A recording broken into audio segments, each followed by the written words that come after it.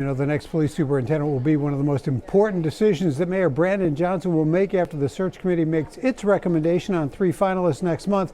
That process, though, now facing some tough scrutiny. As Chicago continues to struggle to get weekend violence under control, the search for the next superintendent takes on an ever-increasing sense of importance. 19 alderpersons penning a letter raising concerns about why a highly qualified candidate, Chief of Patrol Brian McDermott, a 28-year veteran, was never given a formal interview. Welcome to the inaugural episode of our Police Accountability Series, focusing on police accountability in Chicago. I'm Tracy Siska, Executive Director of the Chicago Justice Project, and your host for the series. Today we focused on a letter 19 alderpersons, wrote to the Community Commission for Public Safety and Accountability to complain about their search or how they picked people in their search for a new police superintendent. Basically, their guy didn't get an interview and they're mad. So they wanted to let them know. So let me provide you some background. Starting in the early 1960s, the police board became the picker of record, an organization that Richard M. Daley set up in the 1960s. They run the search. They pick 3 candidates. They give that list of candidates to the mayor, and by law, they're supposed to pick from that list. In recent history, Rahm and Daley ignored it, went around it, did whatever they want. Mayor Lightfoot didn't do that too much, except for the fact that she did interviews with the candidates before the list even came to her. So they knew who she wanted on that list and who they didn't. We tried to FOIA those records, but they wouldn't part with them. Now, this commission got created under Lightfoot. It was the third part of a change in response to the Quan McDonald murder that happened a few years before. Rahm didn't pass it because he was told by the community groups to wait. They wanted more input. Lightfoot was supposed to pass it in her first 90 days, but didn't. She personally rewrote the changes and wouldn't let her staff do it. I have that from sources. And the ordinance weakened the powers of the commission. But one of the things they kept, because it really didn't make a difference whether this commission had it or the police board did, was to do the search for the superintendent and pick 3 candidates the mayor's supposed to pick from. So why this process? Well, it's twofold. To stop as much as possible political interference, you see what happened this time, and get community input, such as that is. Basically, alderpersons had too much influence and corruption in the process, and they do have it. And we got a prime example of this here, where when in 2011, I believe, former FBI agent Jody Weiss came in and as police superintendent, the first thing he did was to rotate 21 district commanders out of their districts in the new districts, fired 2, and left 2 in place. Why did he do that? He wanted them owing their spot, their ability to get promoted. He wanted that left so people would be looking up in the chain of command, whether at alder people, right? He didn't want that. He didn't want political corruption because that's how district commanders were picked. The aldermen had to approve or they wouldn't get put there. This, needless to say, pissed off the alderpersons to no end. And I can tell you personally, Mayor Lightfoot wasn't a fan of it. She wasn't mayor at the time, but Lori Lightfoot at the time was not a fan of this. Corruption and picking district commanders all the way up to the superintendent. There was corruption involved in that process from the jump. It's a Chicago tradition. So the first time the city council tries to create a body that will be free from influence and from the corrupt political system, what do? They try to corrupt the process. So let's take a look at some quotes here. This is Alderman David Moore, 17th Ward. Let's read it to you. He added that he believes the reputation of political wheeling and dealing in Chicago City Council is in the past in terms of the 80s, 90s, and then 1 or 2 people even in the 2000s. We're past those days, Moore said. I think a lot of those aldermen are doing a lot of things for the right reasons. This is not about, hey, I want my guy here, I want my guy there. Staggeringly dumb. Let's talk about it. Alderperson has to be the most convicted by percentage, most convicted profession in certainly all of Chicago, maybe all of Illinois, and may very well be all of the United States. Come on, right? Let's just take a look at the recent past. Here's an image from Black Club Chicago, so thank Black Club for it. Let's look at some corrupt alderpersons. Ed Burke awaiting trial and massive corruption. We all knew he was going to get him at some point.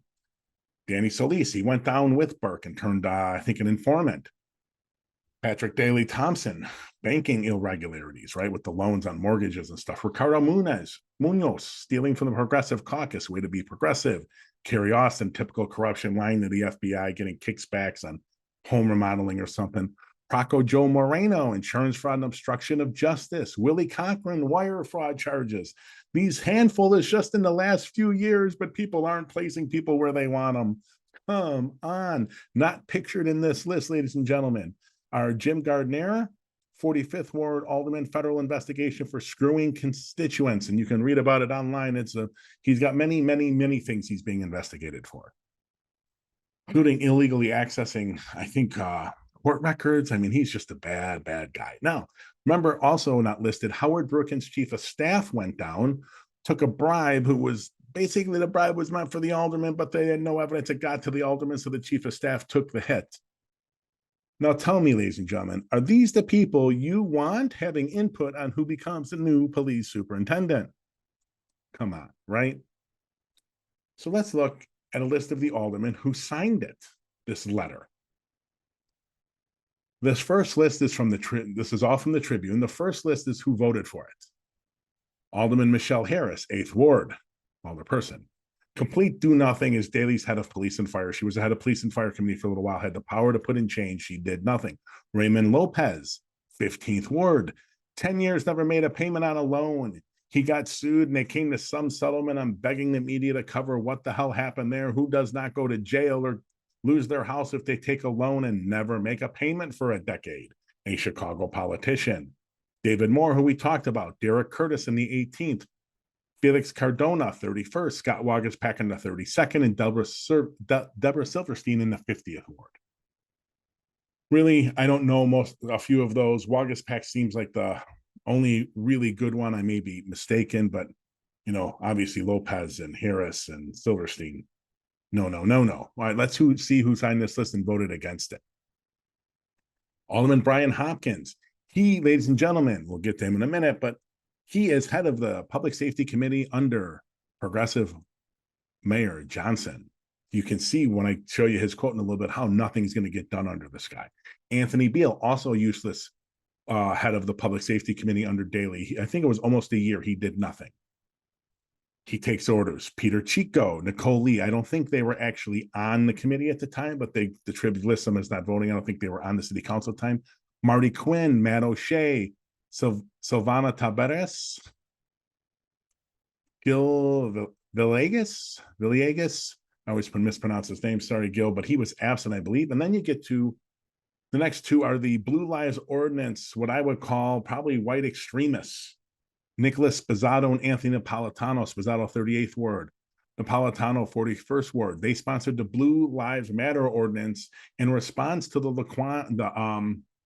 Laquan McDonald murder, right? What did they do? Laquan McDonald gets murdered. The tape gets released, 16 shots for no reason. They put forward a Blue Lives Matter ordinance because, we don't care about the black people getting mowed down by the police for no reason, caught on video, but damn, we want to support the police. Two more.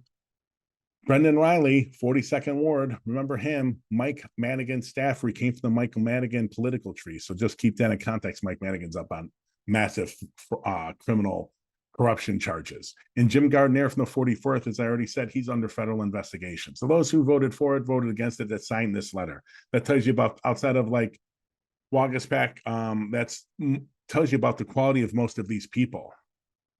So Hopkins, head of public safety, he loves independence as long as the people they create to put in jobs do exactly what he wants them to do. Here's a quote from the Sun-Times. Let's take a look at it. Alderman Brian Hopkins II said, the members of the body created this system and we can amend it, meaning the city council.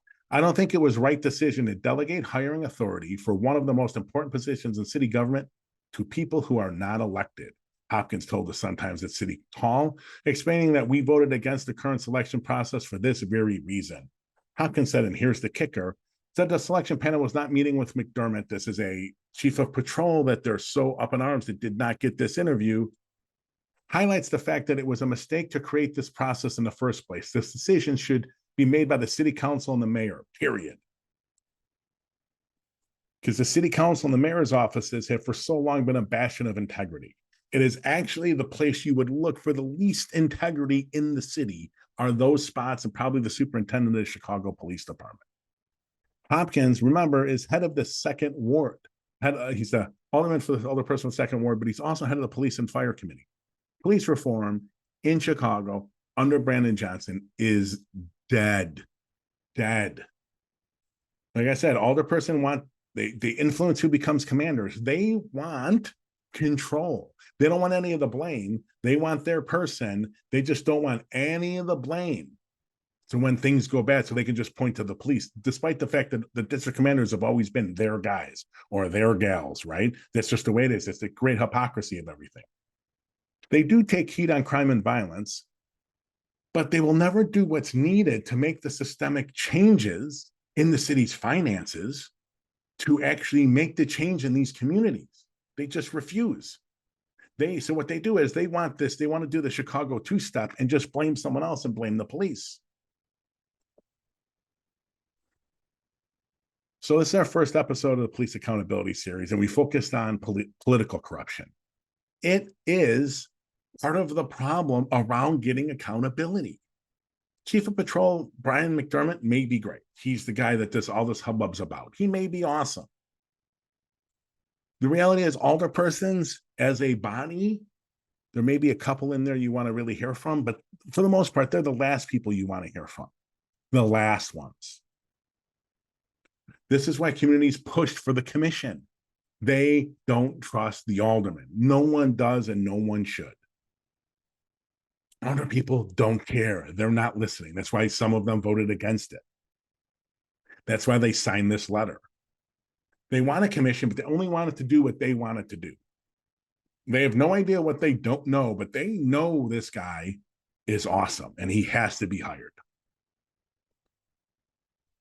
The veterans in the city council that I mentioned, outside of Wagaspack, Silverstein and the others, they have always just rubber stamped Rahm Daley's choices.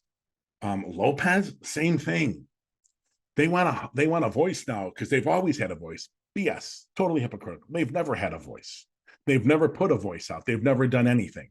They let Rahm, in the response to the Quan McDonald murder, they let Rahm offer the job to a guy in Atlanta that was on the police board's list, then remove that job after the Black Caucus and the city council complained they wanted a black insider, and they gave it to Eddie Johnson, who was totally, unqualified at the job and couldn't take the job, and then turned into, if he wasn't already, he was an alcoholic, right? And this is what he did. He washed out in the job, right? This is why veterans have always rubber stamped these things. That's why the city and communities couldn't trust the alderman and the mayor to do the job. That's why they created this commission. They want their voices heard. They've been silenced for years, ladies and gentlemen, for years. It's ridiculous that we got to have our voices heard. No, you've never had it. Now you could say, we want a new day. We want to be highly educated on issues and we really want to get involved. They don't want that. They're politicians. Most of them are complete hacks. They don't want to get involved. They don't want to get involved and have real consequences. They just want to get involved enough that they can get their guy in. They're lying, and for the most of those people are lying, and most of them need to stop it. They've never had input, and except for Wagaspack, all of them that have been in the council for any period of time are just rubber stamps.